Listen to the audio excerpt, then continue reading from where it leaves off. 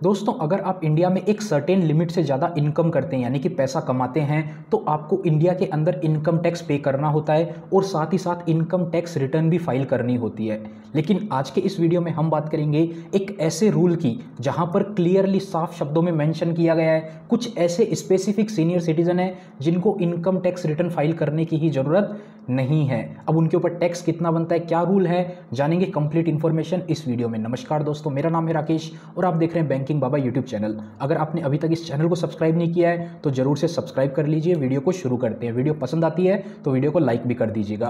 तो देखिए दोस्तों, फाइनेंशियल ईयर खत्म होने वाला है तो काफ़ी सारे लोग अभी से ही टैक्स प्लानिंग करना शुरू कर देते हैं। तो जो इनकम टैक्स रिटर्न फाइलिंग की डेट है वो 10 अप्रैल के आसपास शुरू हो जाएगी। उसके बाद से आप अपनी इनकम टैक्स रिटर्न फाइल कर सकते हैं और ये जो डेट होती है वो 31 जुलाई तक रहने वाली है। उससे पहले पहले आप बिना लेट फीस के अपनी इनकम टैक्स रिटर्न फाइल कर सकते हैं।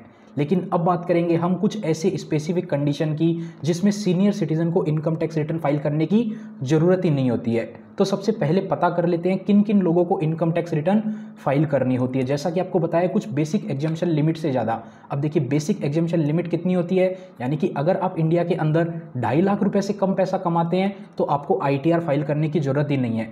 लेकिन अगर आप एक सीनियर सिटीजन है जिसकी उम्र 60 साल से लेकर 80 साल तक है, उनको 3 लाख रुपए तक की इनकम के ऊपर कोई भी टैक्स नहीं देना होता है। हम बात कर रहे हैं केवल और केवल फाइनेंशियल ईयर के अंदर, यानी कि अप्रैल से लेकर जो मार्च तक का फाइनेंशियल ईयर होता है, 12 महीने जो होते हैं वो, यानी कि पिछले 12 महीने में अप्रैल 2023 से लेकर आपने मार्च 2024 तक इस 12 महीने में जो भी पैसा कमाया उस पूरे पैसे को टोटल करके ग्रोस टोटल इनकम आपकी जो हो जाएगी वो अगर 2.5 लाख रुपए तक है, आपकी उम्र 60 साल तक है, तो आपको ITR फाइल करने की जरूरत नहीं होती है ओल्ड टैक्स रिजीम के अंदर। अब देखिए 2 टैक्स रिजीम कर दी गई है। अगर आप 3 लाख रुपए तक भी आते हैं तो आपको इनकम टैक्स रिटर्न फाइल करने की जरूरत नहीं है इस न्यू रिजीम के अंदर। तो अगर आपको ITR फाइल ही नहीं करनी तो पता कैसे चलेगा 2.5 लाख है आपके लिए 3 लाख, तो 3 लाख तक आपको ITR फाइल करने की जरूरत नहीं है। सीनियर सिटीजन के लिए भी यही रूल है। 60 साल से लेकर 80 साल जिनकी उम्र है, जिनकी उम्र 80 साल से भी ज़्यादा है उनके लिए रूल है 5 लाख रुपए तक उनको ITR फाइल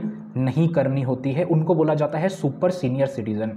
ये हो गई 3 अलग अलग कैटेगरी। अब अगर आपकी इनकम 3 लाख रुपए से ज़्यादा है तो आपको ITR तो फाइल करनी होगी, लेकिन इसमें भी सीनियर सिटीजन को कुछ एग्जेम्पशन मिलती है, उसके बारे में समझते हैं। तो देखिए इनकम कहाँ कहाँ से हो सकती है, सैलरी से हो सकती है, बिजनेस हो सकता है, कोई भी आप प्रोफेशनल सर्विस देते हो, डॉक्टर, आर्टिस्ट वगैरह कोई भी हो सकता है। रेंट फ्रॉम प्रॉपर्टी, आपके पास कोई प्रॉपर्टी है, आपके पास एक से ज़्यादा घर हैं तो वहाँ से आपको रेंट आता होगा।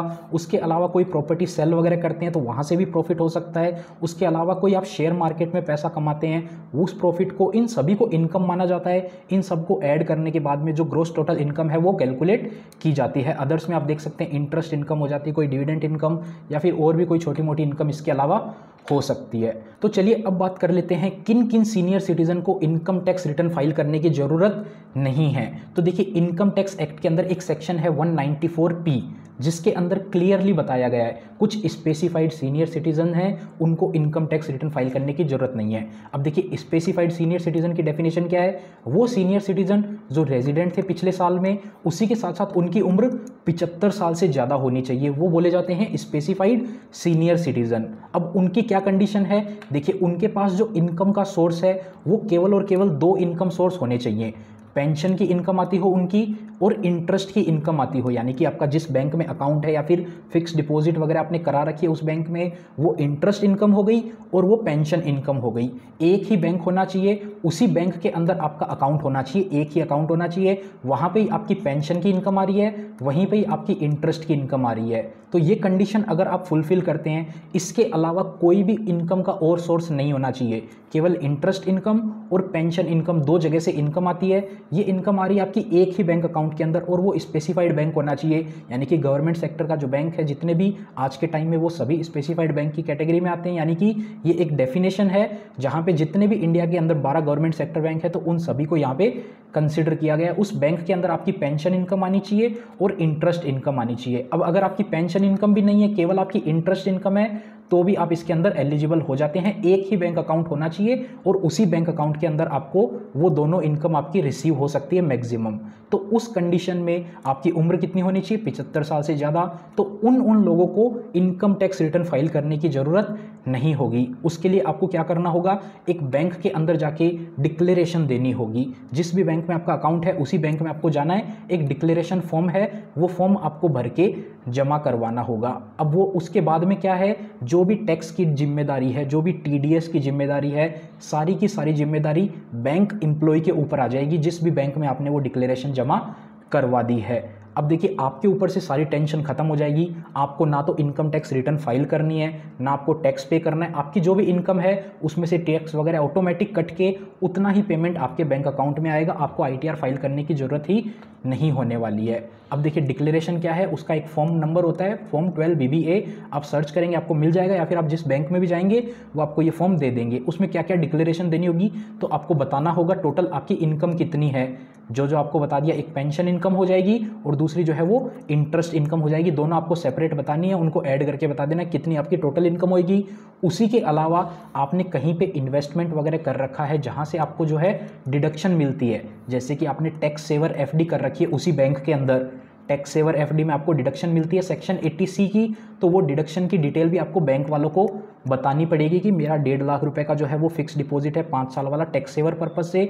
इसके अलावा और कोई भी डिडक्शन हो सकती है वो भी आपको बतानी पड़ेगी, ताकि वो डिडक्शन एडजस्ट कर ली जाए और आपका जो टैक्स है वो कम बने। अगर आप ये डिडक्शन की जानकारी नहीं देंगे तो इससे क्या होगा, आपका ही TDS ज़्यादा डिडक्ट होएगा और आपको ही नुकसान होने वाला है। तो ये जानकारी भी आपको दे देनी है। उसके बाद में रिबेट की जानकारी ऑटोमेटिक वो आपकी फॉर्म में फिल हो जाएगी और आपको ये जानकारी क्या है बैंक के अंदर जमा करनी है। साथ ही साथ आपको एक कंफर्मेशन देनी होगी, यानी कि डिक्लेरेशन में साथ में आपको बताना पड़ेगा कि आप डिक्लेयर कर रहे हैं कि आपके पास 2 ही इनकम सोर्स है, इंटरेस्ट इनकम और पेंशन इनकम। इन दोनों इनकम सोर्स के अलावा आपकी कोई भी इनकम नहीं है। ये जानकारी आपने बैंक के अंदर दे दी, उसके बाद में आपकी टेंशन खत्म, आपको ITR फाइल करने की जरूरत नहीं है। फिर बैंक की रेस्पॉन्सिबिलिटी आ जाती है कि वो खुद से चेक करें, आपकी इनकम कैलकुलेट करें कि आपने सही डिक्लेरेशन दी है। उसके बाद में वो चेक करें रिबेट वगैरह आपने जो डिडक्शन बताई है, जैसे कि आपको अभी बताया था चैप्टर 6A की जो डिडक्शन थी, सेक्शन 80C हो सकता है, D हो सकता है, सेविंग अकाउंट का 80TT A TT B होता है। ये सारी डिडक्शन उनको ही चेक करनी है, रिबेट जो बनती है वो उनको ही चेक करना है। उसके बाद में जितना आपका टैक्स बनता है ना, उतना टैक्स वो कैलकुलेट कर लेंगे। क्योंकि देखिए ये आपकी जो पेंशन इनकम आनी है वो फिक्स है, जो इंटरेस्ट इनकम आनी है वो फिक्स है, तो उससे आप एस्टिमेट एडवांस में ही लगा सकते हैं। उस बेसिस पे आपका टैक्स उतना काटा जाएगा। लेट्स से आपका हर महीने का 50,000 रुपये का इनकम बन रहा था, 50,000 में आपका टैक्स बनता है 2,000 रुपये, तो वो हर महीने 2,000 वहीं से ही काट लेंगे, आपको खुद से कुछ भी नहीं करना होगा। वैसे आप देखेंगे तो TDS आपका 10% जाता है, तो आपका 5,000 TDS कटता है, फिर आप खुद से ITR फाइल करते हैं। लेकिन आप ये कर देंगे ना, फॉर्म जमा करवा देंगे डिक्लेरेशन वाला, तो आपका TDS ऑटोमेटिक कम हो जाएगा, अगर होना भी होगा तो। नहीं होगा कोई भी टैक्स तो आपको पूरी की पूरी इनकम वैसे ही हर महीने मिलने लग जाएगी। बैंक एम्प्लॉई की जिम्मेदारी हो जाएगी आपकी इनकम में से टैक्स काटना। टैक्स किस रेट पे कटेगा, जैसा कि आपको बताया एस्टिमेट उनको लगाना पड़ेगा, उस बेसिस पे वो टैक्स कटेगा।